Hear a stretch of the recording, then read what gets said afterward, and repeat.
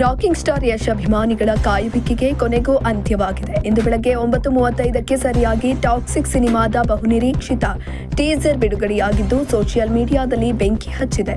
March ಮೊದಲ ವಾರದಲ್ಲಿ trailer ಬಿಡುಗಡೆಯಾಗಲಿದೆ ಎಂಬ ಸುದ್ದಿಯ ನಡುವೆಯೇ ಚಿತ್ರತಂಡ ಇಂದು ದಿಢೀರ್ ಟೀಸರ್ ಬಿಡುಗಡೆ ಮಾಡುವ ಮೂಲಕ ಅಭಿಮಾನಿಗಳಿಗೆ ಬಿಗ್ ಸರ್ಪ್ರೈಸ್ ಅನ್ನ ಕೊಟ್ಟಿದೆ. ಈ ಹಿಂದೆ ಬಿಡುಗಡೆಯಾಗಿದ್ದ ಗ್ಲಿಂಪ್ಸ್ನಲ್ಲಿ ಕಂಡುಬಂದಿದ್ದ ಹಸಿಬಿಸಿ ದೃಶ್ಯಗಳು ಮತ್ತು ಗುಂಡಿನ ಸದ್ದು ಈ ಟೀಸರ್ನಲ್ಲೂ ಮುಂದುವರೆದಿದ್ದು ಸಿನಿಮಾ ಎಷ್ಟು ಟಾಕ್ಸಿಕ್ ಆಗಿರಲಿದೆ ಎಂಬುದರ ಸುಳಿವನ್ನ ನೀಡಿದೆ. ಯಶ್ ಅವರ ರಾಯನ ಲುಕ್ ಮತ್ತು ಸ್ಟೈಲ್ ಕಂಡು ಅಭಿಮಾನಿಗಳು ಥ್ರಿಲ್ ಆಗಿದ್ದಾರೆ. ಇನ್ನು ಈ ಟೀಸರ್ ಮೂಲಕ ಸಿನಿಮಾದ ಪ್ರಮುಖ ಪಾತ್ರಧಾರಿಗಳ ಪರಿಚಯವನ್ನ ಮಾಡಿಕೊಡಲಾಗಿದೆ. ನಟಿಯರ ದಂಡೆ ಇರುವ ಈ ಸಿನಿಮಾದಲ್ಲಿ ಪ್ರತಿಯೊಬ್ಬರಿಗೂ ವಿಭಿನ್ನ ಪಾತ್ರಗಳನ್ನ ಕೊಡಲಾಗಿದೆ.